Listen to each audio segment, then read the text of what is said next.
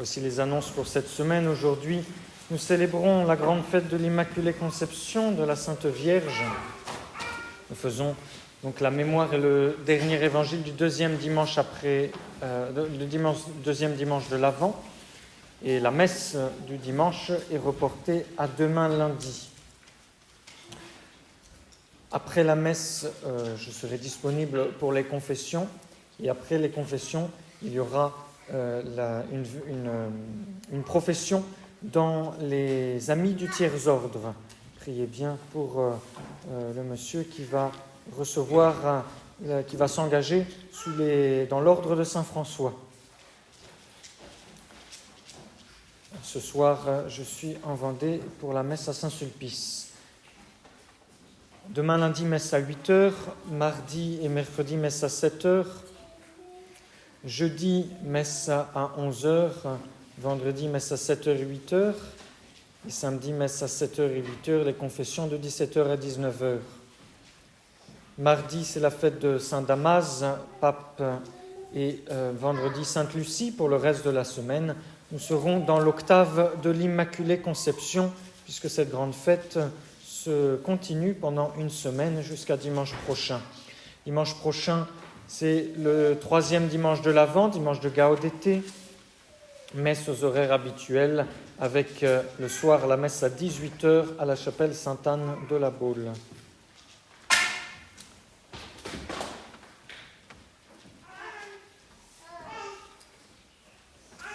Je vous ai mis sur le bulletin différentes annonces, différentes dates pour les prochaines activités et également des intentions de prière pour nos personnes âgées et malades que nous visitons régulièrement tant que nous le pouvons pour leur apporter les secours du bon Dieu. Mais gardez-les dans vos prières, ils font partie des membres de la chapelle, bien sûr, de nos chapelles.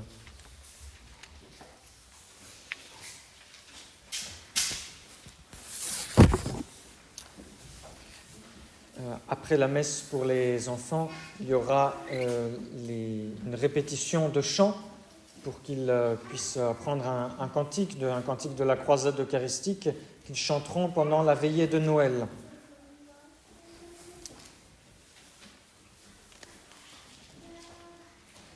Au nom du Père et du Fils et du Saint-Esprit, ainsi soit-il. Le Seigneur m'a possédé au commencement de ses voies, avant de faire quoi que ce soit dès le principe. Ces superbes paroles sont la première phrase de l'épître de cette messe de l'Immaculée Conception, mes bien chers frères. Le bon Dieu a toujours possédé la Vierge Marie dans sa pensée et dans son amour. Un petit peu comme un architecte possède en lui-même le plan de la maison qu'il va construire. Le bon Dieu ainsi possédait Marie dans sa pensée. Et dans le plan de Dieu, Marie est inséparable de son Fils, du Fils qu'il avait décidé de toute éternité d'envoyer sur la terre pour sauver le monde, car il savait que l'homme pécherait, tomberait, chuterait et aurait besoin du salut. Être possédé par Dieu dans sa pensée et dans son amour, c'est synonyme de préservation assurée, parce que en Dieu, il ne peut y avoir que du beau, que du bon, que du vrai. Et en effet, quand on est possédé, on n'appartient pas à un autre. Un même objet ne peut pas appartenir entièrement à deux personnes qui vivent loin, l'une qui vivrait en France, l'autre qui vivrait en Australie, de l'autre côté du globe. Eh bien, de même, Marie ne peut pas appartenir à la fois à Dieu qui est au ciel et à Satan qui est en enfer. Et quand Dieu possède quelque chose, est-il possible qu'elle soit davantage en sûreté et plus inaccessible ?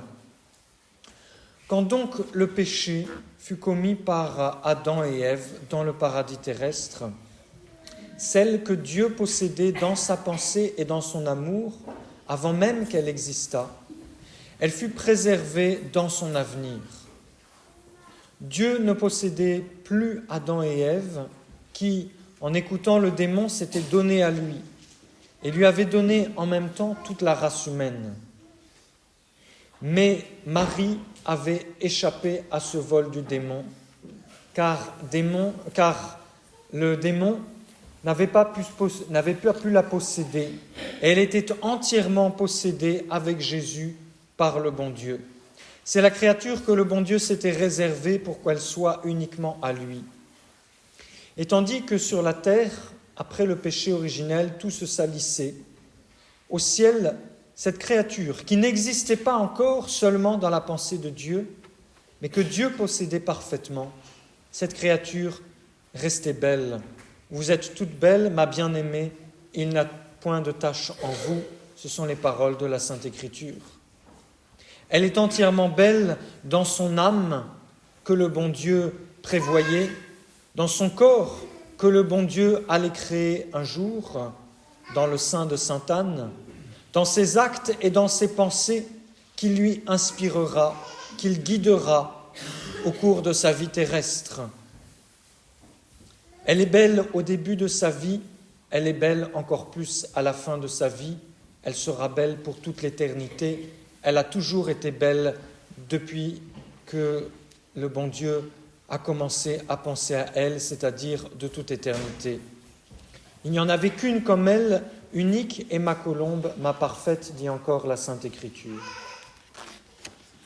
Et si la Sainte Vierge n'eût pas été immaculée dès son origine, si en elle il y avait eu ne serait-ce qu'une minuscule souillure, ne serait-ce qu'un jour, ne serait-ce qu'une seconde, alors Satan, en bas, dans l'enfer, aurait pu dire en se frottant les mains, « Celle-là aussi, elle est à moi ». Il aurait eu le droit de dire au Christ, à notre Seigneur, « Ta mère, elle a été à moi avant d'être à toi. Je l'ai eue en ma possession, moi aussi. » Mais non, cela n'est pas, cela n'a jamais été, cela ne sera jamais. Arrière, Satan, arrière, tu ne peux pas la toucher, encore moins la posséder. Avant même qu'elle n'existe, Dieu a promis qu'elle t'écrasera la tête. Non seulement tu ne pourras pas la posséder, mais en plus, c'est elle qui te reprendra les hommes que tu as volés à Dieu. Mais bien, chers frères, dans l'Ancien Testament, on lit que les Juifs, après être sortis d'Égypte, ont passé 40 ans dans le désert. Et après 40 ans d'épreuves en expiation de leur manque de foi, Dieu leur a permis d'entrer dans la terre promise. Mais encore fallait-il franchir un fleuve, le Jourdain, qui, à cette époque de l'année où arrivaient les Juifs, au printemps, entre mai et avril, le Jourdain était en crue et sa largeur était d'une demi-lieue, c'est-à-dire environ 2 kilomètres. Impossible à la troupe immense des Hébreux, avec femmes, enfants, bagages, troupeaux, de traverser ce fleuve sans un pont ou sans un gué. Or, il n'y avait pas de pont à la frontière. Il fallait donc un miracle et le bon Dieu en fit un. Selon l'ordre de Dieu, l'arche d'alliance, portée par les prêtres, s'avança la première. Les Hébreux suivaient en bon ordre, chacun selon sa tribu, mais à une distance d'1 kilomètre environ, par respect pour cette arche d'alliance que portaient les prêtres. L'arche d'alliance était un tabernacle de bois très précieux, recouvert de lames d'or et entouré de rideaux, d'étoffes précieuses également, pour ne pas être vu, ne pas être touché par des mains profanes. Cette arche contenait les tables de la loi, écrites de la main de Dieu, le bâton miraculeux d'Aaron et une coupe d'or contenant la manne que les Hébreux avaient mangée dans le désert. Cette arche était le trésor le plus précieux des Hébreux. Ils ne se déplaçaient qu'avec elle. Il y avait un immense tabernacle, une construction très particulière qui était reconstruite à chaque étape dans le désert. Et cette arche était également emmenée par les prêtres au devant de l'armée lorsqu'Israël devait livrer bataille. Plusieurs fois, une nuée miraculeuse et lumineuse descendit sur l'arche pour montrer la présence et la majesté de Dieu. aussitôt que les prêtres qui portaient l'arche d'alliance eurent posé le pied dans l'eau du Jourdain, aussitôt le courant du fleuve s'arrêta. L'eau qui arrivait n'avançait plus et s'accumulait en amont, tandis que le reste s'écoulait en aval. Bientôt, il y eut d'un côté une montagne d'eau gigantesque et de l'autre un passage vide et sec. Les prêtres qui portaient l'arche d'alliance continuèrent à avancer dans le lit du Jourdain et ils s'arrêtèrent au milieu. Et alors tout le peuple put passer à pied sec. Quand tous furent passés, on plaça 12 énormes pierres dans le torrent. Ces pierres représentent les 12 apôtres et les fondements de l'Église qui nous fait passer de la terre au ciel. Mais ce n'est pas notre propos aujourd'hui. Les prêtres sortirent du Jourdain, qui aussitôt se mit à couler auparavant. Et le peuple de Dieu était miraculeusement entré dans la terre promise. Sur les rives du Jourdain, il y a 2 faits surnaturels qui se sont produits. Le premier, c'est la suspension de l'eau devant l'arche d'alliance, et le deuxième, c'est le passage du peuple pour entrer dans la terre promise. Tous les 2 sont des figures. L'arche d'alliance est la figure de la Vierge Marie. Le Seigneur ne l'a pas composée de bois précieux, ni d'or fin. Il ne l'a pas non plus entourée d'un rideau d'étoffes précieuses et protecteurs, mais il lui a donné un corps et une âme de la plus grande pureté possible. Il l'a entourée de Sainte Anne, de Saint Joachim et de Saint Joseph, qui ont caché au monde et aux démons son immaculée conception et sa virginité. Dans son intérieur, le Seigneur n'a pas mis les tables de la loi, ou bien la verge d'Aaron, ni la manne non plus, qui a servi à nourrir les Hébreux. Mais il y a mis la 2e personne de la très sainte Trinité qui donnera la loi d'amour de l'Évangile, qui portera également le bois de la croix, bien plus précieux que le bois du bâton d'Aaron, et qui se donnera lui-même comme le pain de la vie éternelle. Cette arche était celle par laquelle une alliance éternelle serait scellée entre l'humanité et la divinité. Et grâce à elle, grâce à cette arche, à la Vierge Marie, nous sommes tous enfants de Dieu. Cette arche est celle dont il est dit dans l'épître de la messe d'aujourd'hui, lorsqu'il imposait une loi aux eaux pour qu'elles ne franchissent point leurs bornes, j'étais avec lui, réglant toutes choses, et mes délices sont d'être avec les enfants des hommes. L'explication de cette phrase de l'épître est la suivante. Quand le miracle du passage des Hébreux à travers le Jourdain a eu lieu, le bon Dieu ne faisait que préparer un miracle bien plus extraordinaire. Il avait dans sa pensée la conception immaculée de la Vierge Marie qui allait endiguer un jour les flots du péché qui coulaient sans cesse depuis la faute originelle. La voilà, cette arche de salut. Là est le vrai miracle de la suspension des lois de la nature, bien supérieure à la suspension des flots.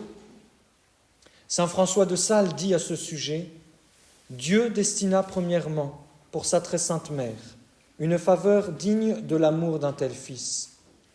Il voulut que sa rédemption lui fût appliquée par manière de remède préventif, afin que le péché, qui s'écoulait de génération en génération, ne parvint point à elle. De sorte qu'elle fut rachetée si excellemment qu'après que le torrent de l'iniquité originelle vint rouler ses flots terribles avec tant d'impétuosité sur les autres filles d'Adam, mais étant arrivé là, il s'arrêta net, comme fit le Jourdain du temps de Josué. Car ce fleuve retint son cours en révérence du passage de l'arche de l'Alliance, et le péché originel retira ses eaux, révérant et redoutant la présence du vrai tabernacle de l'Éternelle Alliance. Saluons donc celle qui fut choisie entre toutes pour recevoir ce privilège unique de ne jamais être souillée par le péché. Répétons l'invocation de ces litanies. Arche d'Alliance, priez pour nous. Protégez-nous, préservez-nous du péché. Mais l'explication de cette figure n'est pas finie. L'arche a bloqué les flots, et tout le peuple put passer. C'est à la suite du privilège de Marie que beaucoup sont à leur tour lavés du péché originel. Que tous les chrétiens passent en foule derrière la Vierge Marie qui arrête pour eux la marée du monde et des concupiscences. Elle arrête pour nous les assauts du diable. Elle arrête même pour nous les flots de la colère de Dieu qui châtie le péché. S'il n'y avait pas eu l'Immaculée Conception pour apaiser Dieu, Dieu aurait déjà détruit le monde.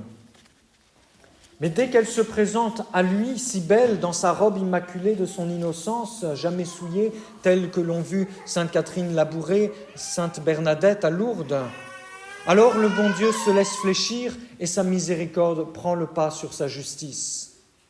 Ne nous décourageons donc jamais, car elle peut tout pour nous. Derrière elle passent tous les chrétiens, le peuple de la Nouvelle Alliance. Passons, nous aussi, par l'arche sainte et pure qui est forte comme une armée rangée en bataille. Le peuple se hâta et passa le fleuve, nous dit la Bible. Hâtons-nous de profiter de la protection de l'Immaculée, car il reste si peu de temps avant l'éternité, et le démon le sait, mais il ne peut rien contre la Vierge. Il se déchaîne alors contre ses enfants. Après que les Hébreux eurent traversé le Jourdain, ils conquirent la terre promise, figure du ciel. Dans toute leur bataille, ils portaient avant eux l'arche du Seigneur, l'arche de l'Alliance, qui fut victorieuse tant qu'ils la vénéraient.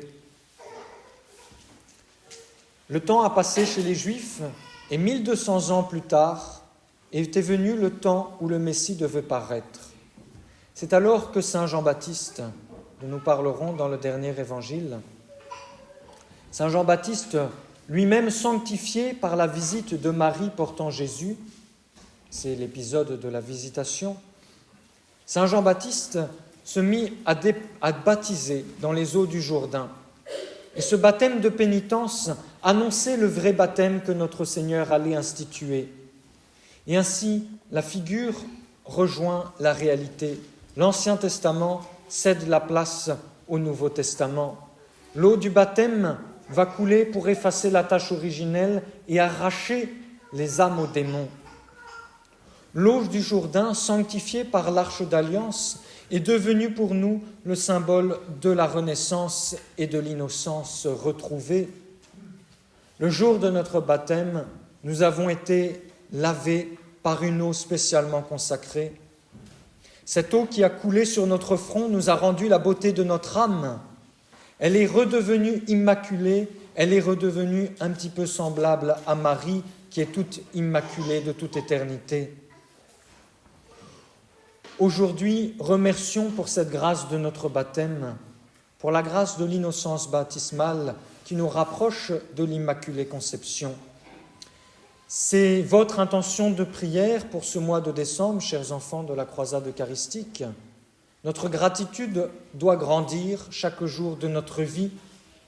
Plus nous remercierons d'avoir reçu le baptême, plus nous comprendrons la beauté d'une âme en état de grâce, plus nous nous efforcerons encore de préserver notre innocence baptismale et plus nous nous approcherons de celle par qui nous avons été rachetés et qui fut préservée avant nous.